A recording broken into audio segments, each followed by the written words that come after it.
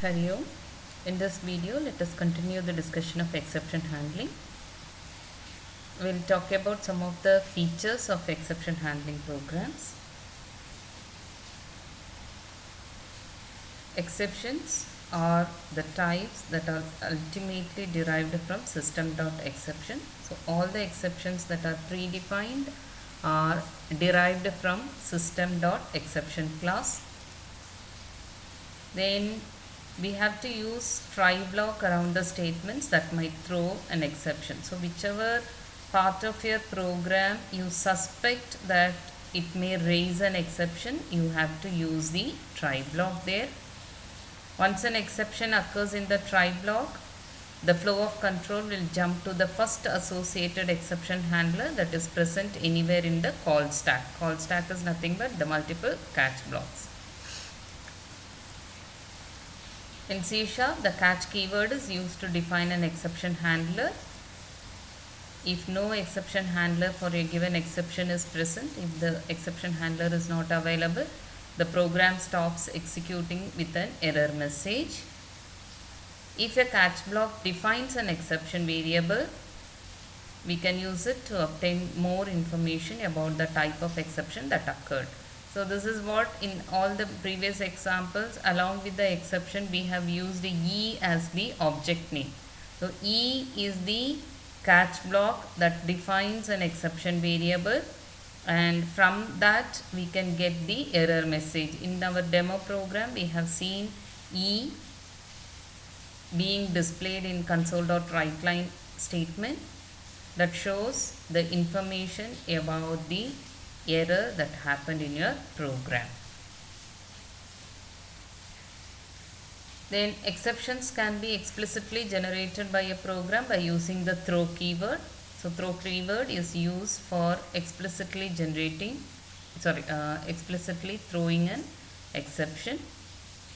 Exception objects contain detailed information about the error. So this is what is told earlier. In your catch block, you specify the exception name. Along with that, you specify the object name E. This object will give you the information about the error. And what kind of information it will tell you? It will tell the information about the state of the call stack and the text description of the error. And these exceptions can also be used for debugging purpose. So most of the time when you are doing software testing, the exceptions are used for the debugging process. And the code in finally block is executed even if an exception is thrown. And the finally block is generally used for releasing the resources, for example to close any database or files that were opened in the try block. The exceptions can occur in the code you write in your application, in your own application, or if you have included some kind of libraries, say some DLL files, then from that files also you may be having an exception being raised. So these are some of the features that we have to remember when we write the exception handling. Then we are going to talk about two different types of exceptions that may be raised in any program. The two types of exceptions are, one is called a system exception, the other one is called as application exception. System exceptions are predefined exceptions. Application exceptions are custom defined exceptions. These are user defined exceptions. These are predefined. We have already seen some of the common exceptions that are available in C#, something like IO exception, divide by zero exception, format exception. These exception classes are already defined in framework class library. These are called as system exceptions. Whereas if you want to have your own exception in your program, then that is called as the application level exception. So some of the examples of predefined error conditions are some input output related problems, or if you have network communication problems, if you have element access that is beyond the bound of an array, index out of range array, or out of memory stack overflow exception, or if you have divide by zero exception. So these are some common problems that may happen in a program. So all these are predefined error conditions.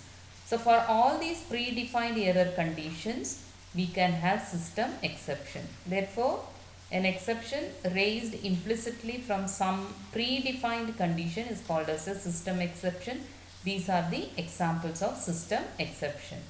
All our earlier demo programs are completely based on system exceptions. Again, let us go to a exception demo program for system exception.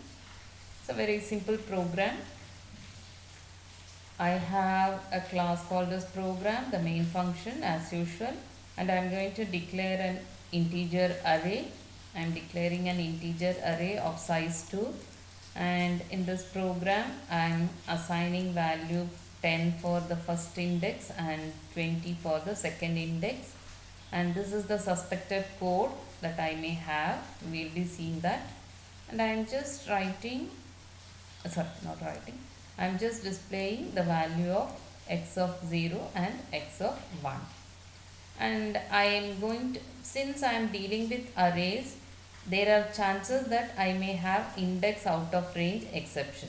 So I include these statements in the try block, and in the catch block I specify index out of range exceptions. And you can understand here, this exception is a predefined exception. So wherever you use array index for manipulation, in those codes can be, or let me put it this way, those codes may raise an index out of range exception. So you can include it in your try block, and the catch block can be specified with index out of range exception.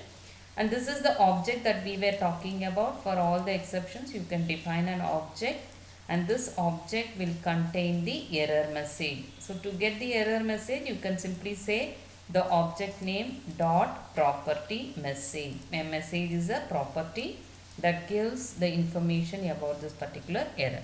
So let us execute this program. Let me execute this program. So this is the code we are having. When I execute this program,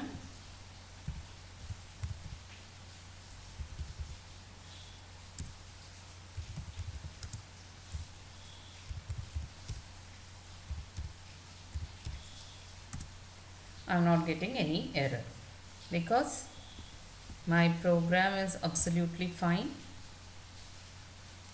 It is having only 2 integer values, and these 2 integer values are available in index 0 and 1. So there is no index out of range exception.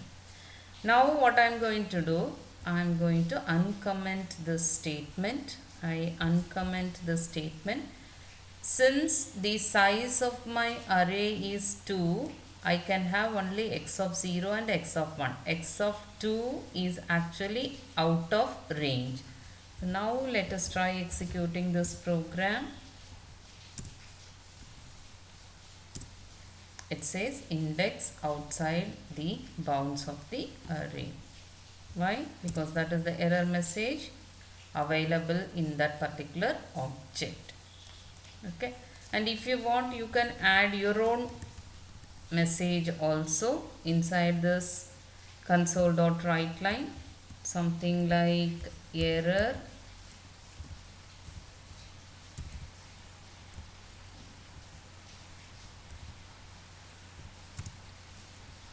you can have your own error message along with the exception object error message also. So if you try executing this program, compile it first, execute it, you will have your own message first, then it will be displaying the error message, right? So this is how the system exception can be defined in a program. But the question is how it differs from application exception. So let us see application exception in the next video.